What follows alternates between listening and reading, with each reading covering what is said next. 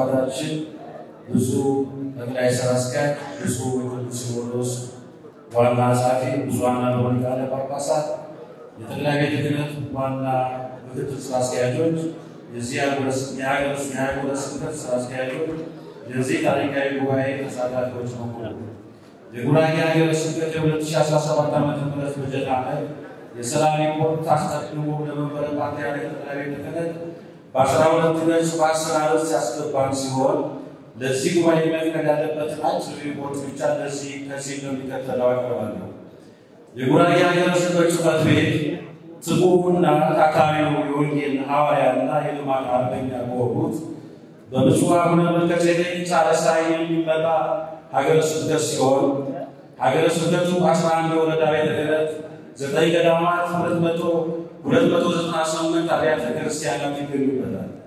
የብፁዕ አቡነ መልከጼዴቅ ሐዋርያዊ አገልግሎት ብፁዕ አቡነ መልከጼዴቅ የ2017 ስራቸውን የጀመሩት የ10 ዓመቱን ዕቅድ ተግባራዊ በማድረግ ሲሆን በቅድሚያ ሀገረ ስብከቱ በመንፈሳዊና በማህበራዊ ኢኮኖሚ የሚሰሩ 2 የሥራ አስኪያጆች በመመደብ ነው። የ10 ዓመቱን ዕቅድ በሁሉም የሀገረ ስብከት ሥራ ኃላፊዎች አይኖሩ እንዲሰጥ ተደጋጋሚ ስልጠናዎች እንዲወስዱ አድርገዋል። እቅዱንም እስከ ታች ድረስ በጥንቃቄ ታቅዶ እንዲውል አድርገዋል።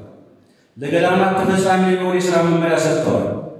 አዲስ ለሚሰሩ አብያተ ክርስቲያናት የመሰረት ድንጋይ አኑረዋል። ታንጸው የተጠናቀቁትንም በመባረክ ቅዳሴ ቤት አክብረዋል። በወረዳ አብያተ ክህነት በገዳማትና አድባራት የ10 ዓመት በዕቅድ መነሻ በማድረግ የራስ አገዝ ልማቶችን በአካል በመጎብኘት አባታዊ መመሪያ ሰጥተዋል። በጎ አድራጊ ግለሰቦችን በማነጋገር በገዳማትና በአድባራት ጠቃሚ ፕሮጀክትን አድርገዋል። የሚስጥረ ክህነት መርሐ ግብርን በተመለከተ ብፁዕነታቸው ለ47 ዲያቆናት ማዕረገ ቅስና ለ577 የአብነት ትምህርታቸው ሲከታተሉ የነበሩ ቅስና ሰጥተዋል። ሁለገብ የሙያ ያላቸውን ለመፍጠር የተለያዩ የግብረ ክህነት ስልጠናዎችን ሰጥተዋል። ከሐዋርያት ከአገልግሎታቸው በጀት በመቀነስ የተቸገሩ አብያተ ክርስቲያናት ደጉመዋል። የሀገረ ስብከቱ ቅዱስ ዜና ማርቆስ መንፈሳዊ ኮሌጅ ስራዎች በማቀናጀት የእውቀት ሽግግር እንዲመጣ አድርገዋል። ስብከተ ወንጌልን በተመለከተ ብፁዕነታቸው እያንዳንዱ አጥቢያ ቤተ ክርስቲያን በጀት እንዲመድብ ተደርጓል። በበጀት ዓመቱ 44 ሰባኪ ወንጌል ተቀጥረዋል። በ11 ወረዳ ቤተ ክህነት በብፁዕነታቸው የተመራ ወረዳ አቀፍ 12 ጉባኤ ተሰጥተዋል። ምዕመናን ከቀሳፊ ለመጠበቅ 245 የመንደር ጉባኤ ተሰጥቷል። ኦርቶዶክሳዊ ወጣቶች ከለባሱ ሱስ እንዲድኑ ብፁዕነታቸው በዓመታዊ የጥምቀት ላይ ደመራ ብቻ የሚሰበሰቡትን እነዚህ ወጣቶችን በመሰብሰብ በየወረዳው በመሄድ በዘንድሮ በ2017 7000 ወጣቶችን መንፈሳዊ ሕይወታቸውን እንዲጠናከር አድርገዋል። ይህ ቤት እንዲያመሰግን ይጠይቃሉ። በተደረገው የስብከተ ወንጌል አገልግሎት ከሙስሊም 231 ከፕሮቴስታንት 265 ከካቶሊክ 178 በድምሩ 684 ምዕመናን ተመልሰዋል። ሰንበት ትምህርት ቤትን በተመለከተ የተለያዩ አደረጃጀቶችን ተሰርተዋል። 10 አዳዲስ ሰንበት ቤት ተመስርተዋል። 1500 አዳዲስ አባላት ወደ ሰንበት ቤት ገብተዋል። 280 ተተኪ መምህራን ሰልጥነዋል። 280 የሰንበት ቤት ተማሪዎች በሰንበት ቤት የተዘጋጀውን ፈተና እንዲወስዱ ተደርገዋል። የአብነት ትምህርትና ዘመናዊ ትምህርት ቤትን በተመለከተ በሁሉም የአብነት ትምህርት ቤቶቻችን የማስተማር ስራዎች ተሰርተዋል። 85 የአብነት መምህራን ተቀጥረዋል። በበጀት ዓመቱ 1200 አዳዲስ ደቀ መዛሙርት ወደ አብነት ትምህርት ቤት ገብተዋል። ለአብነት ትምህርት ቤት ከሀገረ ስብከቱ ጀምሮ እስከ አጥቢያ ቤተክርስቲያን 1% እንዲመደብ ተደርጓል።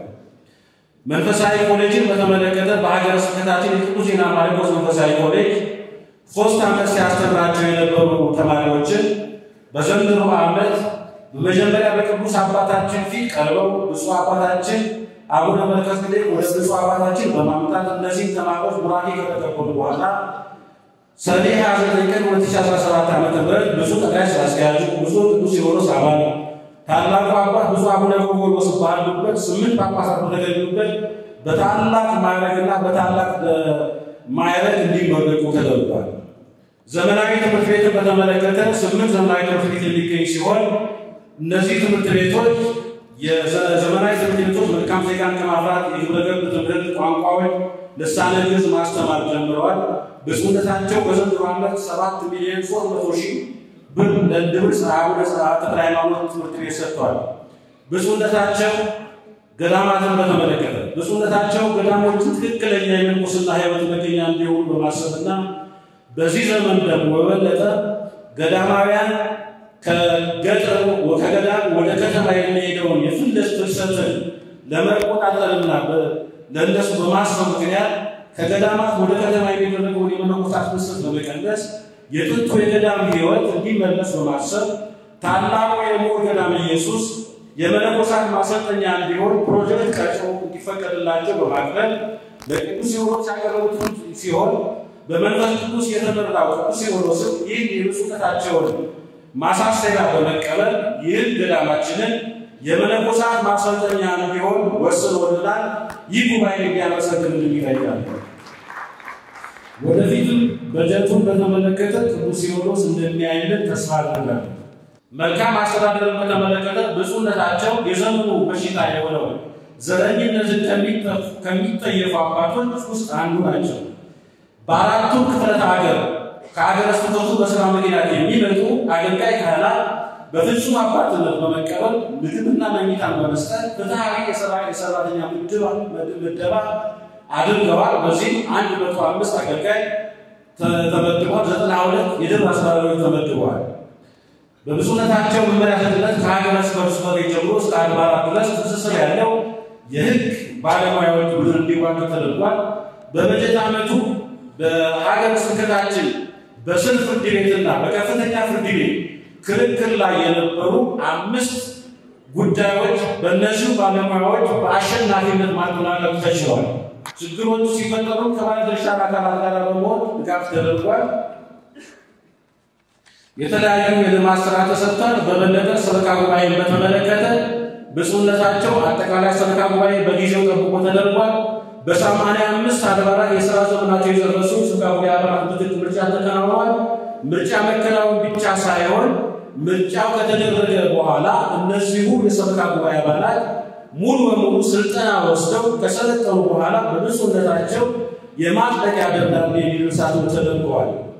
ብፁዕነታቸው የዘመኑ ትልቁ መሳሪያ የሆነው ማህበራዊ ሚዲያ ነውና ብፁዕነታቸው የሀገረ ስብከቱ ሚዲያ ሳሌም የጉራጌ ሀገረ ስብከት ሚዲያ በሚል በመሰየም አስቀድሞ የነበረው የዩቲዩብ እና የቴሌግራም የሚተላለፈው ፕሮግራም ወደ ኢትዮጵያ ቴሌቪዥን ወይም ደግሞ በቤተክርስቲያናችን ትልቁ ሚዲያ የሆነው የኦቲሲ የ1 ሰዓት አየር ሰዓት በመግዛት በዚህ ዓመት የውል የፈጸሙ ሲሆን ፕሮግራሙ ነው ከዚህ ከጥቅምት ወር ጀምሮ መተላለፍ ጀምሯል። እግዚአብሔርን አመስግኑልን ይህን ስላደረገልን። ይህንንም በማድረግ ከፍተኛ ስራ የሰሩልን ዶክተር አካለወልድን እንድታመሰግኑልን እንጠይቃለሁኝ። በመጨረሻ በዚህ ዓመት ከሀገረ ስብከቱ አገልጋዮች የተሰበሰበው ገቢ ብር 20% ብር 6,286,712 ከ07 የተገኘ ሲሆን የመንበረ ፓትርያርክ ድርሻ 35% 2,200,349 ከ23 የበጀት ሲሆን የበጀት ዓመቱ ገቢ ከአምናው አንጻር ሲታይ የ36% እድገት አሳይቷል። ይህንን ለጠቅላይ ቤተ ክህነት ገቢ ያደረግንበትን ደረሰኝ ብፁዕ አቡነ መልከጼዴቅ የጉራጌ ሀገረ ስብከት ሊቀ ጳጳስ ለቅዱስነታቸው እንዲያሳዩልኝ በትህትና እጠይቃለሁ።